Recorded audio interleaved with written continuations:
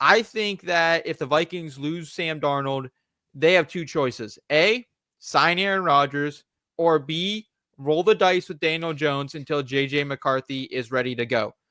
And despite being an early believer in Aaron Rodgers to the Jets, I try to stay out of the predicting Aaron Rodgers business as much as I can, especially with the smoke now linking him back to the Rams organization. Coming into last season, I think most of us would have said that Daniel Jones is a better quarterback than Sam Darnold, or at least had more success in the NFL. I think Kevin O'Connell thinks the same thing. That's why he signed him. I think he trusts his ability to take a chance on the guy who beat him head-to-head in the 2022 playoffs.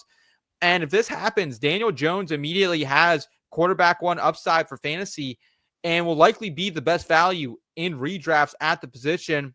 Never had an opportunity to work with a supporting cast close to what Minnesota currently has. And also, he was a quarterback one in fantasy football in 2022, largely by way of 708 rushing yards, 7 touchdowns. I think he kind of plays similar to J.J. McCarthy a little bit as well. And he's coming out of the bright lights of New York media to kind of help mentor him a little bit. I mean, he had to replace Eli Manning. It wasn't a great situation he was going into. He had a bunch of, Joe Judge as a coach and then finds Brian Dable, but still, I think he could be a great mentor and a bridge quarterback for the Vikings. So give me Danny Dimes here, Eric, to the Minnesota Vikings. I'm a bit conflicted here because I feel like you are very right and very wrong at the same time.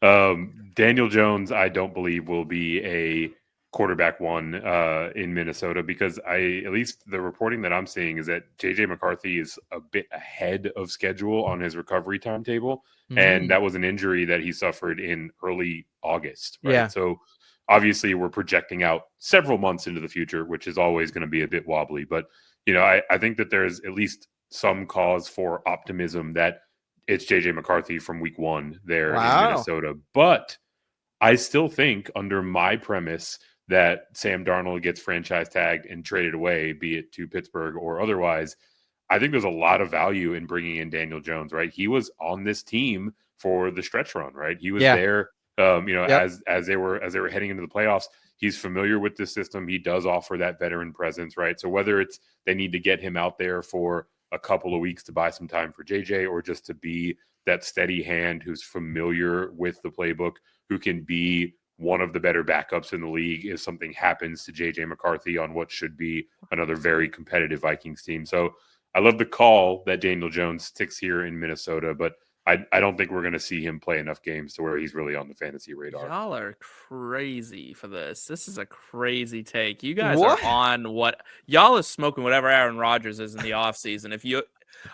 I will tell you right now, if I was J.J. McCarthy's camp, if they ever said you're going to get mentored by Daniel Jones, I'd be like, trade him now. Get him out of there. That is not the man you're going to have teach him how to play quarterback at the NFL level. Daniel Jones is not a starting quarterback in the NFL, and he's not a very good backup. Like, we watched what he won a playoff game a couple of years ago, and he was working. Bro, Trent Dilfer won a Super Bowl, okay? Bro, he was thrown to Isaiah Hodgins. That is the comp. That is the comp. Like Trent Dilfer, Daniel Jones, both not very good quarterbacks. Yeah, like phenomenal teachers, phenomenal on the board. I don't know if Daniel Jones in terms of like breaking down the system. Teacher. Yeah, I've seen nothing out of him that indicates that he's got this like entire grasp on the system either. Like, yeah, he was there for the stretch run, but like he bounced around. No one really wanted him like to come out. It wasn't like every team was fighting for his services. I don't think Daniel Jones to the Minnesota Vikings would be good at all for Daniel Jones because I do think J.J. McCarthy is if it's not Sam Darnold, it's J.J. McCarthy. Steve, you gotta think though. This is the guy who made Joshua Dobbs, the astronaut, look like something. He's made it work with Nick Mullins. Like something for 2 games. I mean, it's I know. But if he can get 2 games out of Josh Dobbs, a career journeyman backup, and if he turns Sam Darnold into what Darnold is today. I think that like Daniel Jones could be more serviceable than we're giving credit for. I think the thing we're forgetting is that Sam Darnold in particular is significantly more talented just in general than Daniel Jones is. Like in terms of arm talent, 6 picks in the NFL draft. You know what I mean? Yeah, but like, one was Sam Darnold, and everyone was like, "That's a lot."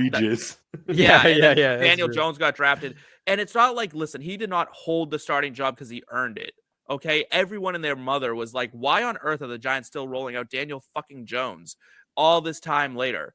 And honestly, I'm shocked it didn't cost Dable his job. This is not a good play. Okay, This is not a that's good all. landing Hey, spot. that's all The right. wild thing is I also kind of agree with Steve.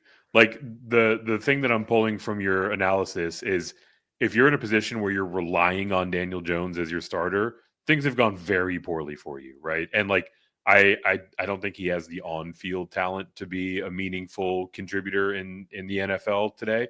But I mean, from what I understand, his football IQ is insane. His ability to grasp a system and to read it back. It's really just like executing it on the field. That tricky little part is what's holding back. And look, if anyone can do it, it's Kevin O'Connell. I would have the highest degree of confidence in this coaching staff, but that doesn't mean it's going to happen. I think it's more just like, look, we need a solid backup because we think we have another contending team, and he's If been in the Daniel mix. Jones is a starter for the Vikings and has a QB1 season, I'll eat those stupid hot wings from Buffalo Wild Wings live on air. All right. You That's heard it fine. here first. He's not eating the wings. Also, last thing I'll say on Daniel Jones is I want to see him with good wide receivers. He's never played with him. He played with like the ghost of OBJ, and then he had a couple games that he was running out with Malik Neighbors in the beginning of his rookie year. Like this guy's been throwing Darius Slayton, Isaiah Hodgins, like solid wide receivers, Darren but Waller, Kenny Galladay. the end of both of their careers as well. I mean, Yeah, the end of both of their careers started when Daniel Jones was their QB. Like, all right, no most overpaid free agent signing ever. It's Daniel Jones. That's the most overpaid free agent signing. Kenny Galladay, bro, he gave him like 200 yards and said, "See ya."